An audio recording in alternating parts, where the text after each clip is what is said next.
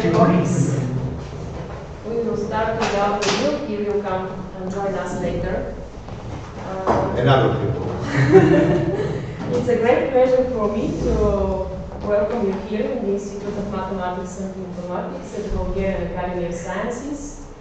And this is our Center, the International Center of Mathematical Sciences, which is part of the Institute.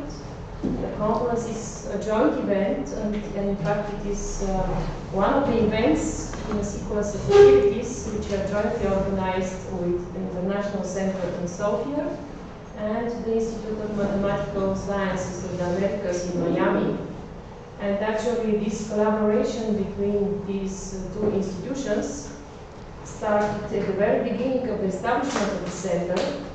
The center was established with the great enthusiasm of academic Julian Lewalski, who is the president of the Academy of Sciences, the Bulgarian Academy of Sciences, with the support of academic Bogdan Sendov, who was the first director of the institute, the support of the Ministry of Education of Science, and also with the great enthusiasm of Kamil Kazakov from Miami, and the support of Philip Griffiths, Stephen Cantrell, Yuri Chinkin, and Mina Tajshik.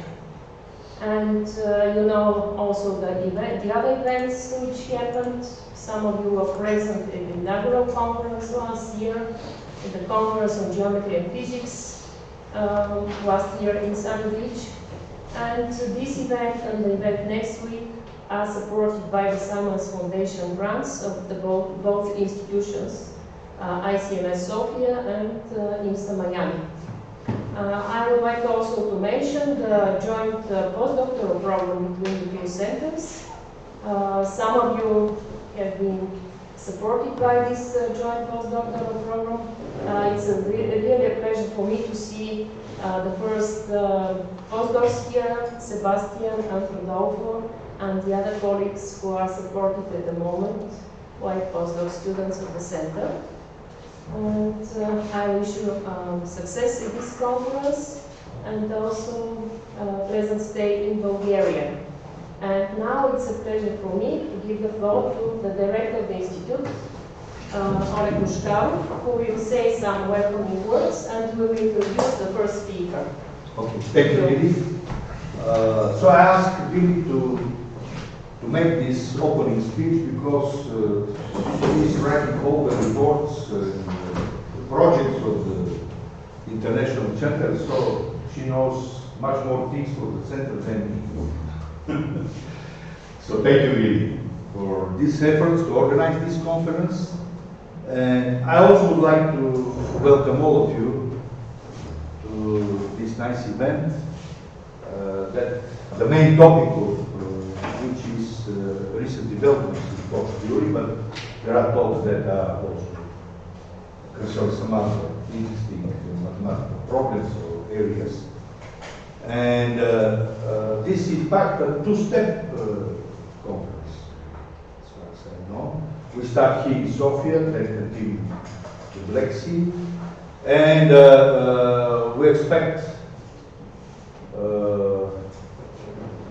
some other people to join us. Professor Philip Griffiths, Professor Cantrell, Professor Percy, and so on. Okay, so as Billy said, we have a consortium of many centers like this. It's at the center in Miami, and also some universities in Europe, in South America, in the States also. And one of the initiatives of this consortium is also to present some very important areas of math and math physics, and these are called so-called distinguished lecture series. So we have in fact 4 such distinguished lecture series, and they will be given. The first one is will be given by Vestislav. The other 3 are will be given by Professor Philip Griffiths, Ernesto Tercio, and Professor Diego Cachar. So, starting our session for this afternoon, I would like to present Professor Vestis Apostolou from Université de Quebec à Montréal, Canada, and also from the Institute of Mathematics and Informatics at the Bulgarian Academy of Sciences, and who will speak about the generalized Kähler problem. So please, Vestis. Thank you, Alex. Thank you very much. It's an immense pleasure and honor to speak in Sofia as usual, and especially this endeavor between Marianne and Sofia. I really feel flattered to be given this opportunity. So I'll give two lectures. They are both on generalized geometry in the sense of Hitchin and Galtieri. It has more to do with the title of the second workshop. But I will give a first lecture today to set up the problem. So the title is Generalized Calabi-Yau problem today. It's a joint work with Xishong Fu. Just a moment. Would you like to switch on the air conditioner? What do you think? Is it hot or? By me, not that it is to. Okay, Peter. Sorry. Yes, so the title is Generalized Calabi-Yau problem for today.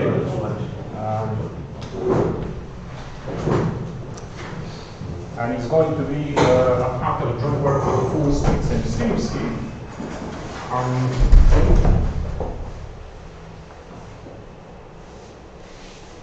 Okay. Something's wrong.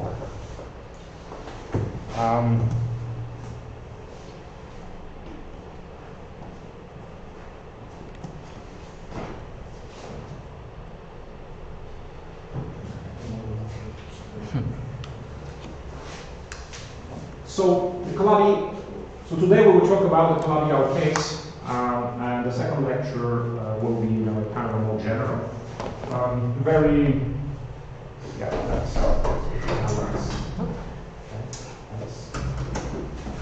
So the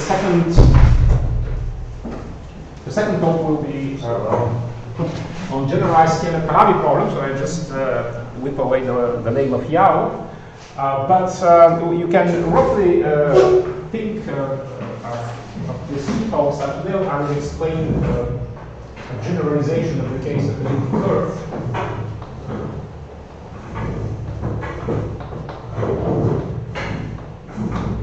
And the second talk will concentrate on generalization of the projective space.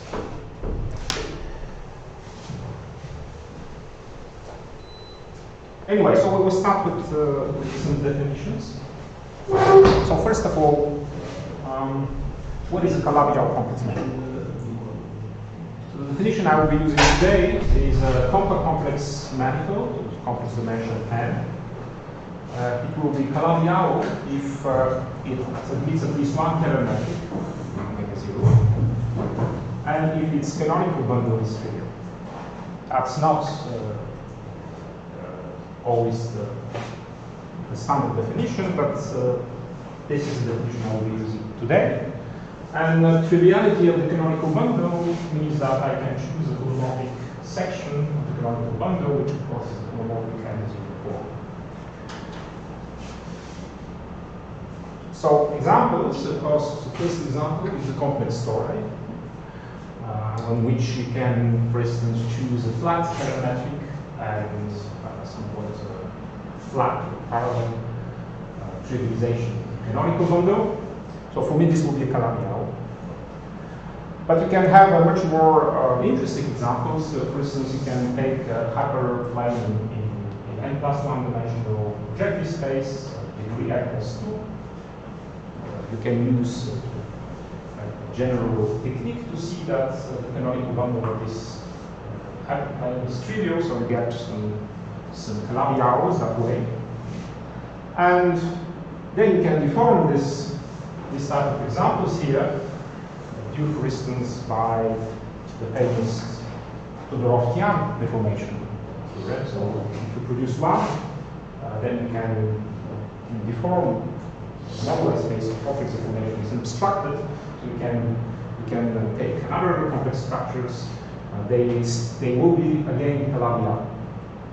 And generically, Calabi-Yaus are not necessarily projective.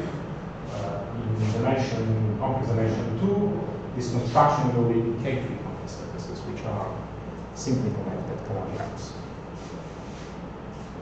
So this type of complex geometry has been much studied. And from the point of view of Kähler differential geometry, what is important for us is to understand the structure of what we call Kähler class. So Kähler class is a class of Kähler metrics, so I have at least one, let's say maybe 0, and we can deform this base reference Kähler metric by a smooth function by adding d bar a smooth function and insisting that this deformation is still a Kähler metric. So that's what's called a Kähler class of Kähler metrics. And what I want to recall is that the Ricci curvature of a Kähler manifold can be computed relatively easy, so-called transgression formula. So for any Kähler manifold, if you have a, let's say, local homomorphic and 0 norm, theta, the Ricci form, which essentially calls the Ricci tensor, is given by this beautiful formula. It's d bar of logarithm of theta wedge theta bar. So this is the homomorphic order form against the remaining order. Now, on Calabi-Yau background, so this thing is globally defined, as you can see. Also, I have a section. And in particular, the Ricci form is a d bar of a function. So you see in particular that the C1, the first term class of such Calabi-Yau manifolds is the round class is 0. And moreover, Calabi proposed the following problem. So given a Kähler class of Kähler metrics, can one prescribe the volume form? So this has been solved by Yau, who showed that actually for any Kähler manifold, given a Kähler class matrix, you can always prescribe a given volume form. In our Calabi-Yau case, we can take this form, the volume form I want to prescribe. So what Yau's theorem tells us is that if you have a Calabi-Yau manifold, then there exists a unique actually representative in the Kähler class, for which the Ricci can be 0, if you want, for which the remaining volume form is the one given by the section. So this has been a very important result. It implies, so the Yau theorem implies so-called model of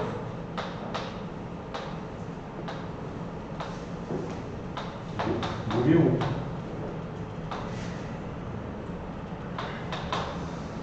decomposition theorem, which tells us that every Calabi-Yau up to a finite cover can be decomposed as a product of a torus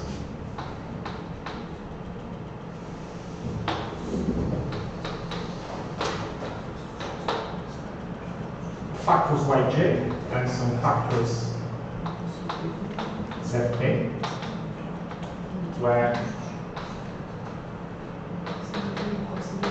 yj are simply connected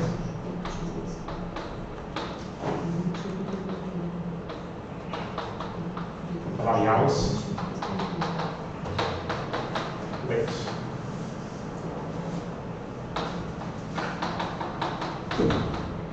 trivial 2-0 class, whereas zk are simply connected Calabi-Yaus with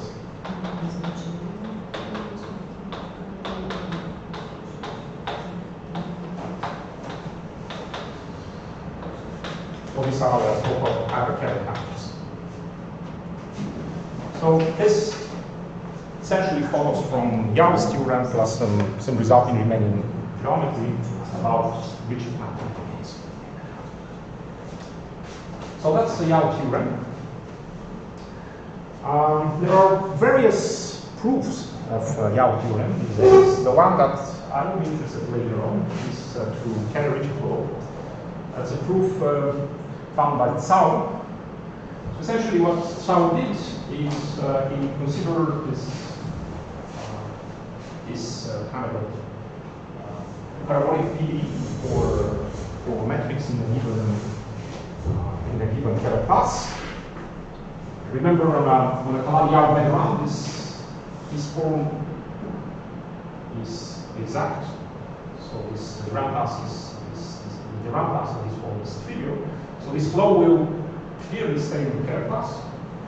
And what Tsao proved is that if you start from any initial value, omega 0, and then consider the solution of this flow of Kähler metrics, the solution exists, is defined for all time, it actually converges exponentially fast to the Calabi-Yau metric that Yau has found.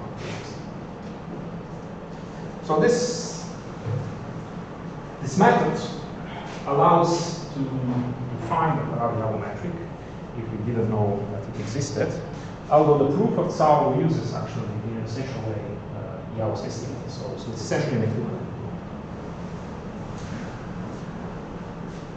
So that's roughly the classical picture of Calabi-Yau metrics. Now I will move on generalized geometry, tell you how it appeared and what we know about it. So this generalized Kähler geometry actually appeared first in the 80s in physics literature. In the physics literature, in particular works by Gates, Kähler, and Rocek, these people were interested to define some target spaces for nonlinear sigma models. And they end up with the following definition. So we're interested in two n-dimensional smooth manifold M, which has actually two Arms complex structures. Both of them are integral. One Riemannian metric, which is compatible with both, and a two-form B. So this two-form B is to play as some kind of a compatibility relation between the couple of Hermitian structures we have here. So this is the compatibility relation they ended up. So what is this? So omega I is just the Kähler form of each. Omega I is the Kähler form of the Hermitian structure I, G. And omega j is the Kähler form of jg. So neither of these in general is Kähler. So in general, these DC operators are non-zero. And this two-form B compensates this fact that you're not in Kähler's equation. So, of course, when the physicists end up with such a definition, it didn't make a splash initially, kind of complicated definition. And I have to say that in this generalized geometry, it has many faces. So neither of which is particularly sexy, but you have to kind of work with all the faces at once to appreciate it. So this is the classical face. This is the bidimensional structure. That's how it appeared. Later on, Hedgin and Gautieri took interest in something what they called the generalized geometry, generalized Kähler geometry. What they were looking at is to define tensors and structures instead of the tangent bundle. They consider the tangent plus cotangent. That's what's called generalized tangent space that you bundle. So for any manifold, you consider T plus T star as a bundle in which you work. And the definition of generalized Kähler structure is a pair of two almost complex structures, J1 and J2, and that generalized bundle. You want them to be compatible with a natural pairing, a natural indefinite metric, which essentially couples vectors and forms. It's a symmetric product of signature and n, by the way. So you want these two to be orthogonal with respect to this natural product. You want them to define a metric. Indirectly here, actually you have so this has to be symmetric. So this means that J1 and J2 has to commute, and when you compose them, you get something which is symmetric with respect to this product, and you want this symmetric thing to be positive definite. And later, the tricky bit is that you want this almost complex structure to be integrable for the current bracket on the generalized bundle. This current bracket is an extension of the Lie bracket on the tangent bundle. Here is the formula. Essentially, on vectors you take the Lie bracket, and on forms and vectors you act with Lie derivatives, and then on forms you essentially couple with the vectors and take the differential. So this is anti-symmetric, but it's not there is no Jacobian identity for this bracket. But nevertheless, you can ask the Neuhaus tensor of each of this almost complex structure to be zero with respect to this exotic bracket. So that was the structures proposed by Hitchin and Gautieri, and the main observation, the key observation in the thesis of Gautieri was that actually there is one-to-one correspondence between the bidimensional structures of physicists that I described before and such pairs on the generalized tangent bundle.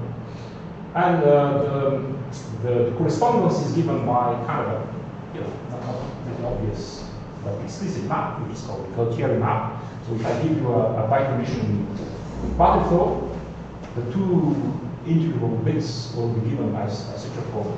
So here exponential b is just identical as b. B is a 2-form, and this 2-form acts on t plus t star essentially by coupling the vector. T star does nothing. In fact, which just maps the vector b. So anyway, so that's how all this started. You have to use these two phases already to start having some examples. So the first example, which by many means is trivial, is the following. I take just a Kähler method. So I take a Kähler method. And I will take as a second integrable structure minus the one I started with, and I put this b equal to 0. And of course, omega I is closed, and b also is closed. That's good. The first relation is satisfied. And now omega j is minus omega I, so it's also closed. You see immediately that this gives a bidimensional structure in terms of what we saw before.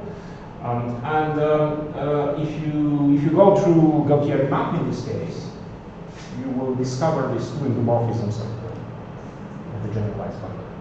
So the one is the anti-diagonal, where you act with the Kähler form, which in this case is closed, of course, and the other is kind of acts by the complex structure on Q of this time. And the fact that this is closed tells you that omega J1 is integrable, and the fact that this is integrable in the usual sense will lead to the integrability of this.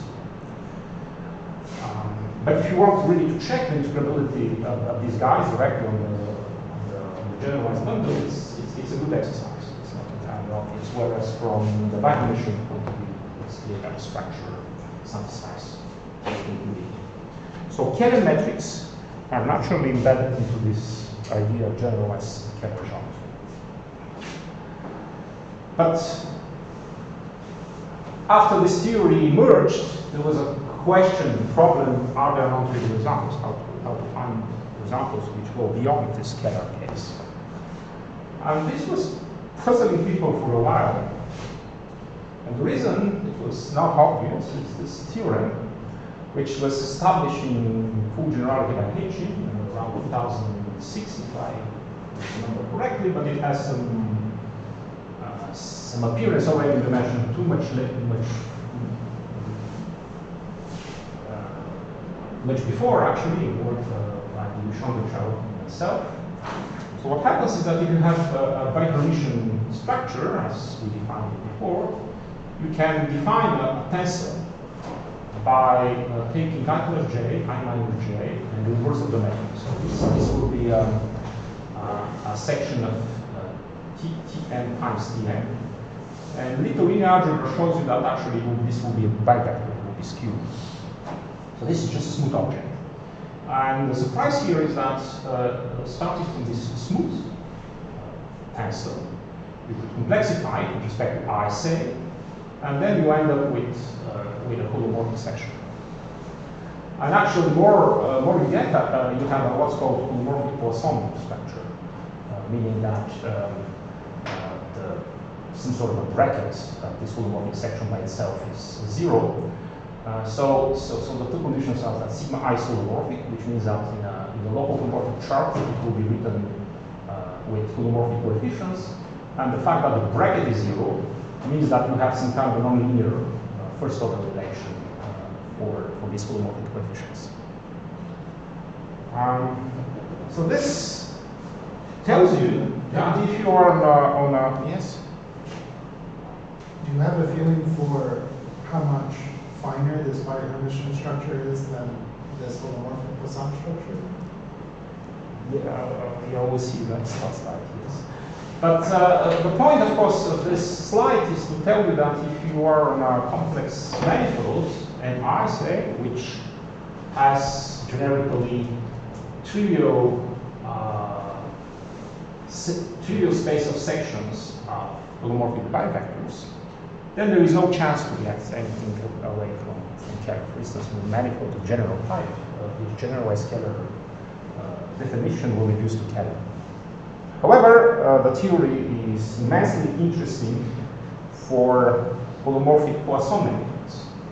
So now there is this theorem. Well, this theorem has long history. In the form I stated here, it is due to Galtieri relatively recently, but some kind of weaker versions were available by God in 2010. And essentially, to answer the question, it tells you that if I start with a compact Kähler manifold, I want the background to be of Kähler type. And if I have a Poisson, non-zero Poisson structure, then you can build a bi-Hermitian structure with it, which is compatible with this given Poisson tensor. So this bi-Hermitian structure with the generalized Kähler geometry, if you prefer, is a device which deviates from the Kähler condition, but it sees the Poisson tensor. That's important point of view. And this theorem has proven through Kudaira deformation technique. And in particular, it tells you something like that. So if you start with a complex manifold of Kähler type, you can take one Kähler form, let's say omega 0, and this holomorphic Poisson tensor, you can couple the holomorphic Poisson tensor with the Kähler form to get an element in H1 with coefficient in tangent bundle, and that particular direction is integrable in Kudaira sense. So this result implies in particular this observation, which was due to H. So this is reminiscent to this to the Roth-Tian result, which tells us that holomorphic Poisson structures produce integrable deformation directions in the Kudaira sense, and this can be followed by generalized Kähler structures, which are compatible for each time. So what's important for us is on a Kähler background, essentially the only obstruction is the existence of these Poisson, holomorphic Poisson tensors. So this theory is really fit to complex Poisson manifolds.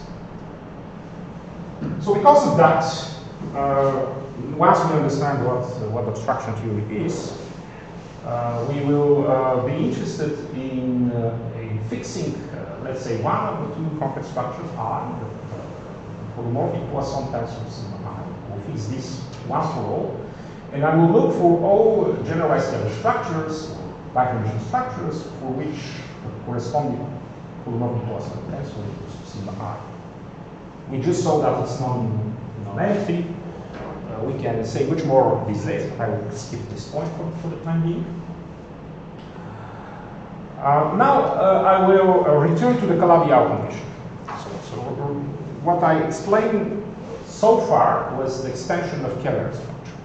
This generalized Kähler structure, as before, is the non-trivial extension of Kähler structure on holomorphic plus on manual. Now I will explain how the generalized geometry reflects the Calabi-Yau condition. And this has now a third phase of the whole theory that was out of teaching. I will talk about pure spinor. This is a manner of speech. What really is about is just a form, differential form, of mixed degrees. It could have a component of any degree. If you give me a one form on the manifold, I can consider this space of vectors and forms in the generalized tangent bundle, which annihilate the given form in the following sense. So I'm defining essentially a product of the alpha with psi. It will be again a form. So V will act with interior product and alpha will act with exterior product. If I have one form, then this thing will give me a Riviera form, and I want to understand which are the pairs V and alpha which annihilate psi in this sense. So this in general is a subspace in the generalized tangent bundle. And the definition is the following. We will call that this form is pure spinor if it so happens that this annihilator is the 1-0 space of an anomalous complex structure. So for those which do remission geometries, here this has to be maximum dimension, it has to be isotropic with respect to this natural pairing. It's an algebraic condition at each point. And the second condition, which I want to impose, is that this psi is closed as a form. And the whole point, actually, observed by Hetchy, is that if you can produce such forms of spinor, which is closed and pure, then the corresponding anomalous complex structure will be integrable in this weird sense that we saw with respect to the Coulomb bracket. And hence, he proposed as kind of a leading example to consider again this Kähler structure in the usual sense. And what he observed is that if you have a Calabi-Yau manifold, as we defined it before, actually in the special case of Calabi-Yau manifold, you could generate either of these structures by closed to the spinor. In particular, this first structure, which corresponds to taking the symplectic form, will be given by this spinor. So this exponential theory is formal, I can develop with respect to the wedge product. And the second will be given by this N0 form. For instance, the annihilator of this N0 form is precisely the 0-1 space of the complex structure pi, which of course is integrable in the usual sense.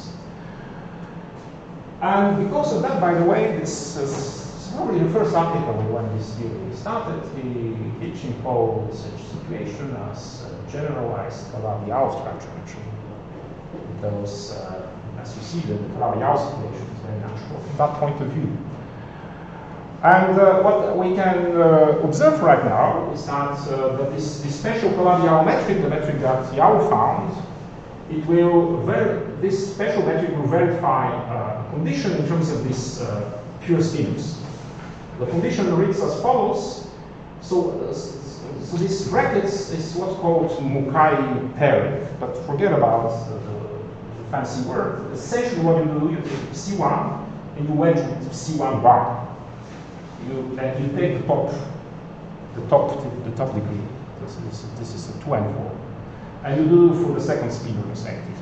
So this ratio is a smooth function in general. And if you compute it for these two spinors that I just show you, you get precisely the ratio in the Yau theorem. And we know that this is constant. So these Calabi-Yau metrics are generalized scale structures for which this ratio of Mukai degrees of spinors is constant. Then Galtieri and also the physicists, from Rochik, von Lumiere, Zinn, wanted to generalize and to understand what are other examples of such structures for which you have two global pure spinors and for which this ratio is constant. And they didn't answer, and they didn't give any definitive result, but they observed that the Calabi-Yau that we just saw, the trivial example, is good, but there is also something to say in the hyperkähler case, in the case of these factors. What happens is that these factors have not only Kähler but hyperkähler structure. So you have actually three Kähler bonds on such factors. And in this case, you could take two spinors which are explicitly given in terms of this basis of hyperkähler structures. And these are clearly closed. It's not entirely sure that they are pure, but you can check. And it turns out that this choice gives you also a way to construct a generalized scale structure with two closed spinors. And again, this Mukai ratio here is constant because of the hyperkähler identities, essentially. So what we saw is that we can put such generalized Calabi-Yau structures here in each factor, and of course on the flat space, that's easy to do, it's a linear algebra. And all these observations led to a definition, even a question by Galtieri in more recent times. So our definition for generalized Calabi geometry will be a situation where you have general scalar structure given by two closed pure spinors with constant ratio. And the question that was in the air is: can we classify? Can we say what these structures are precisely? How we get them? So now I will move on to introduce some notation. So in this theory, it's convenient to fix one of the bidimensional pairs, one of the complex structure in manifold pi, and so on. And then I will be interested in generalized scalar, which preserve the Dirac class of pure spinors. I will consider only the ones that have two pure spinors. For example, the Hitchin example, if you take the Kähler background, the Calabi-Yau case, then I is minus j, and if you consider this Poisson tensor that I defined before, it will be 0 trivially.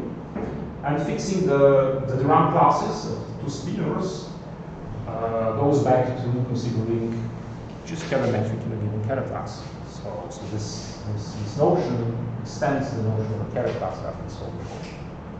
And here is the main conjecture,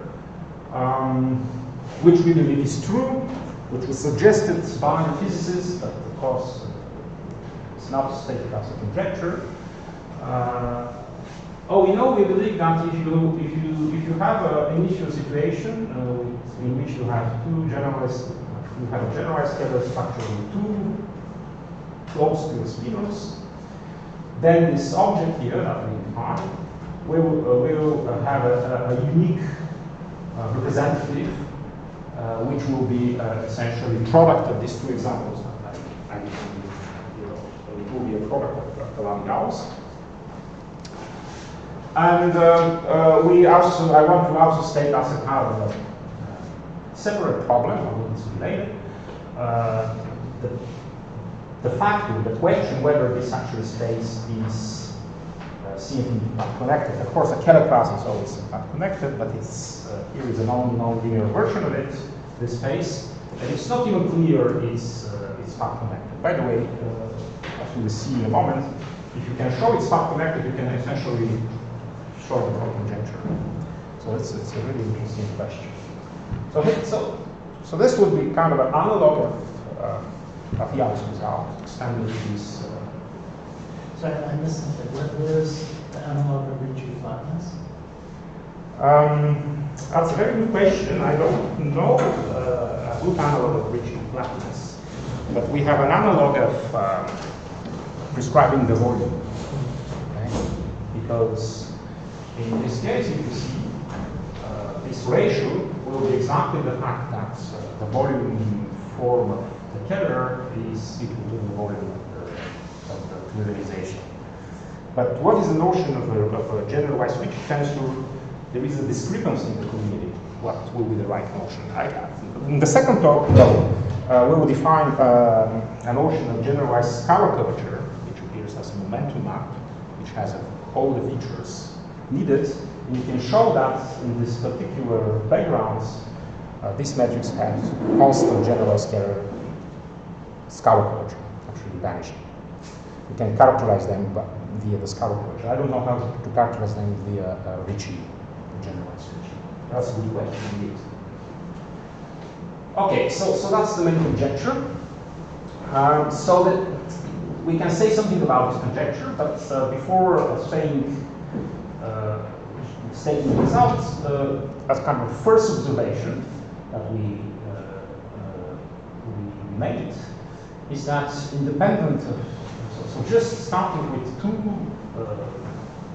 closed pure spinors, generalized Kähler structure with two closed pure spinors, then this condition of Calabi-Yau, related to the question I was just asked, will lead to the fact that for the big Hermitian structure, each of the Gi and Gj will be individually Ricci flat Kähler structures, each of them. And because of that, actually, in this main conjecture, the uniqueness statement will follow from this observation. So there is a rigidity result if you want.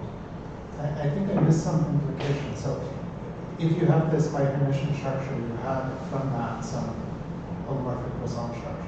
Yes. But I didn't think that a compact manifold with a holomorphic Poisson structure should have a trivial C1. Okay, so the existence of closed pure spinor globally is very restricted. So you can locally always find any generalized Kähler structure locally can be represented by closed pure spinors. But the fact that we insist that this exists globally will essentially, if the conjecture is true, will imply that the canonical bundle is trivial. Does it more or less? It implies what? Sorry. It would imply that the canonical bundle is trivial up to a finite tolerance. So is this mostly apply in the case of tori, or? Oh, it will give you that in any case. So a priori, I say nothing about the holomorphic symplectic structure indeed, but I assume that I start with. Of course, it would be hyperpure. Yeah, okay. exactly. Mm-hmm. So actually, in this case, you see, in this case, the Poisson tensor will be the inverse of So this is Calabi's theorem in the generalized. Exactly, it will be the Calabi's theorem in the general. The conjecture will be the Calabi's theorem if we can show it. Now this first step is actually to tell you that if I have such a solution here, if that part is true, then necessarily I must have a product of Calabi-Yaus. Yes. So what is the main key here? The main key here is that actually it's a differential geometric formula, which is not so easy to establish. But you start with any situation when you have two global closed pure spinors generating a generalized Kähler structure. And then what you do, you will consider the bismuth connection of each of the bi-Hermitian structures. So I have taken I here. So the bismuth connection is the Levi-Civita connection plus the portion. So this is dci omega I, which in our case will be the differential of B. So this is well known to be Hermitian connection. It has portion, totally symmetric portion. And what happens is that if you consider the Ricci form of that connection, It will be not a 1-1 form, but it will be a closed form which represents C1I. It will be given by DDCJ, now I switch I to J, logarithm this spinor arrangement. And the same thing with J. Now it's completely symmetric if I flip I and J in this picture. So you see this ratio. This ratio is a potential of these B-symmetric tensors, respectively. I take I and J when I get the dV bar. And of course, how this is relevant to this theorem? Now, if I consider that this ratio is constant, then the bismuth tensor is 0. And now there is a result by our friends Bogdan and Stefan Ivanov, which tells you that this has to be Kähler, because we are in a purely closed situation. So purely closed with vanishing tensors is necessarily Kähler. So essentially, this theorem is a relatively simple application of Alexander Ivanov up to establishing this kind of amazing identity. So now, a few words before I finish about how we approach this conjecture, what we can prove. The approach uses the so-called Stritz-Tian generalized Kähler flow. So Stritz and Tian consider a kind of a general apparatus, and they consider essentially the Ricci flow, but they incorporate this two-form that we have.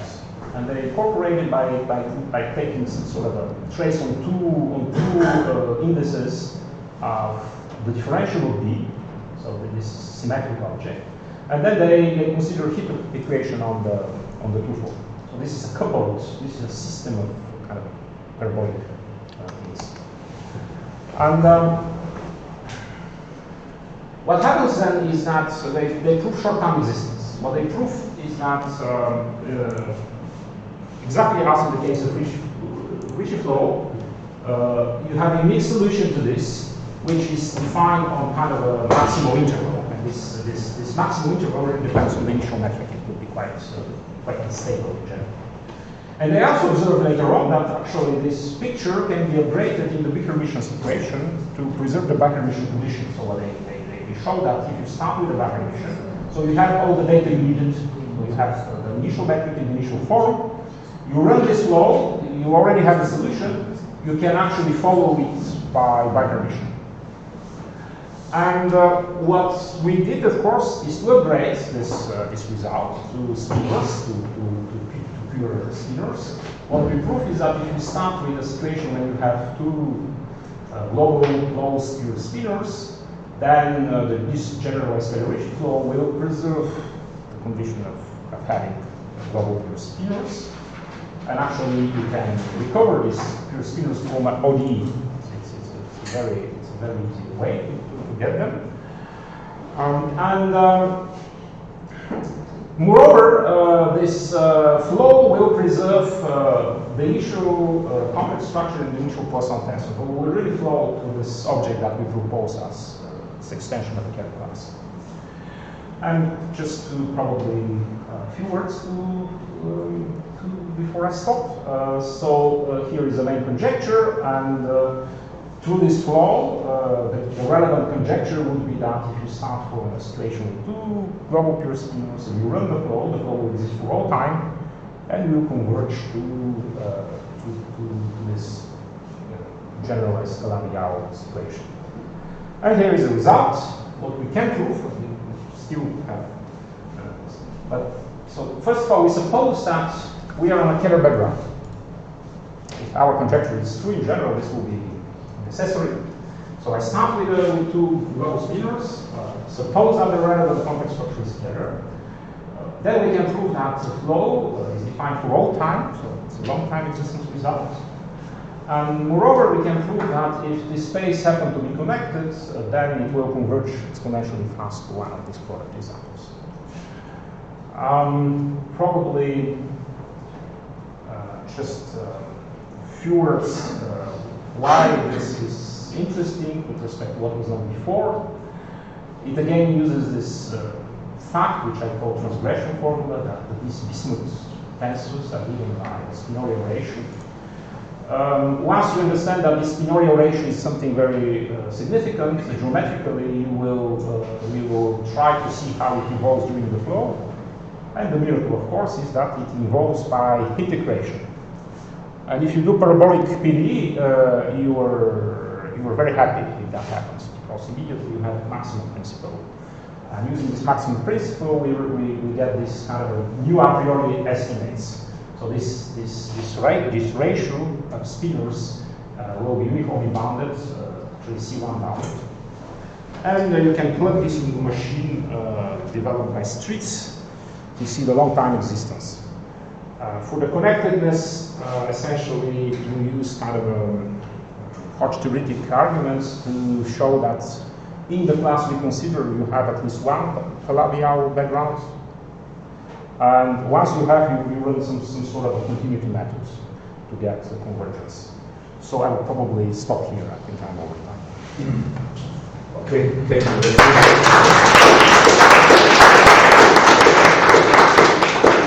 So do you have some questions for Max?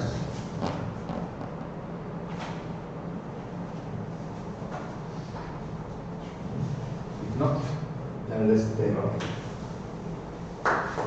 Okay.